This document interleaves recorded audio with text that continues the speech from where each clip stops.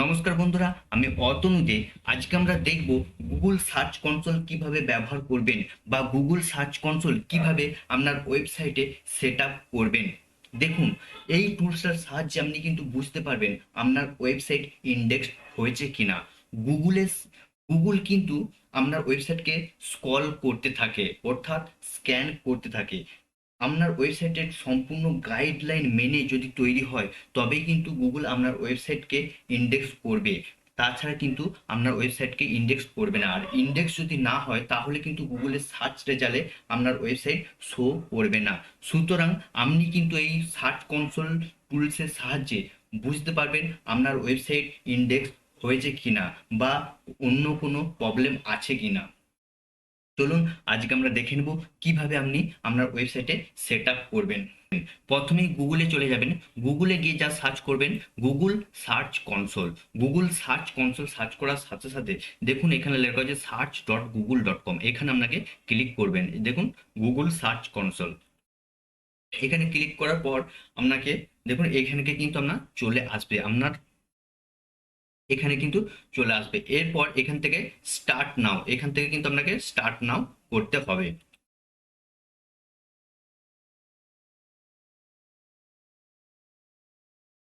এরপর এখানে কিন্তু আপনার ওয়েবসাইটের ইউআরএলটা এখানে দিয়ে দিবেন। দেখুন আমি ওয়েবসাইটের ইউআরএলটা দিয়ে দিলাম। এরপর এখান থেকে কন্টিনিউ।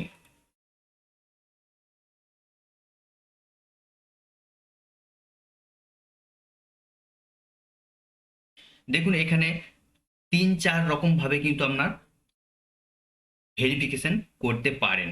দেখুন এখানে এইচটিএমএল ফাইল রয়েছে এখানে, অর্থাৎ আপনার সি প্যানেলে গিয়ে কিন্তু এইচটিএমএল এর মধ্যে গিয়ে কিন্তু আপলোড করতে হবে।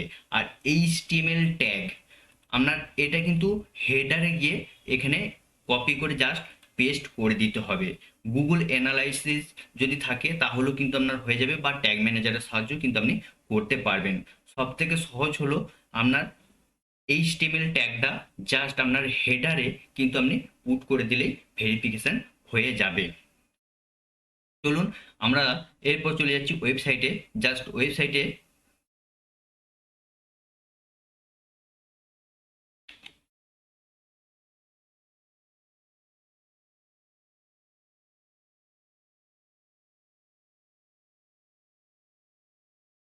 দেখুন ওয়েবসাইটে আমরা লগ ইন করে নিলাম।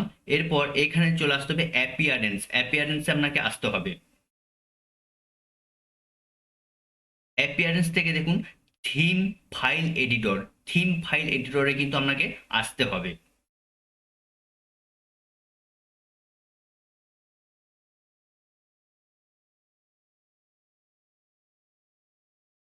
দেখুন থিম ফাইল এডিটরে ক্লিক করার পর আপনি ডান দিকে চলে আসবেন। ডান দিকে দেখুন হেডার ডট পিএইচপি, এখানে আপনাকে ক্লিক করতে হবে। প্রথমে আপনাকে অ্যাপিয়ারেন্স, অ্যাপিয়ারেন্স থেকে theme file editor, theme file এডিটরের পর হচ্ছে আপনার হেডার ডট পিএইচপি। দেখে নেবেন এখানে কোথায় হেডার ডট পিএইচপি আছে। দেখুন এখানে আমি দেখে নিচ্ছি হেডার ডট পিএইচপি, দেখুন এখানে লেখা রয়েছে। আমি এখানে ক্লিক করলাম।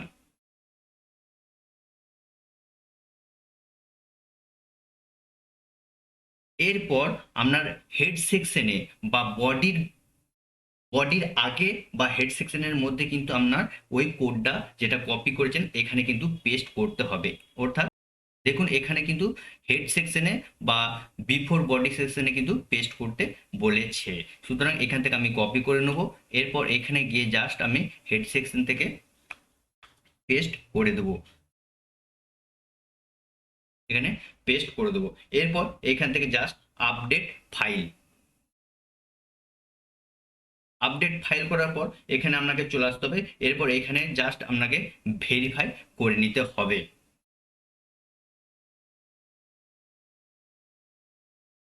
এখানে কিন্তু ভেরিফাই হয়ে যাবে। এরপর এখানে গো অ্যাড টু গো প্রপার্টি। এরপর এখানে কিন্তু আপনি পারফরমেন্স, এখানে ওভারভিউর মধ্যে সমস্ত কিছু দেখতে পারবেন। আপনার ওয়েবসাইট ইন্ডেক্স হয়েছে কি না, আপনার পারফরমেন্স অর্থাৎ আপনার সিটিআর কত, ইমপ্রেশন কত, ক্লিক কত, এখানে কিন্তু সমস্ত কিছুই আপনি কিন্তু দেখতে পারবেন।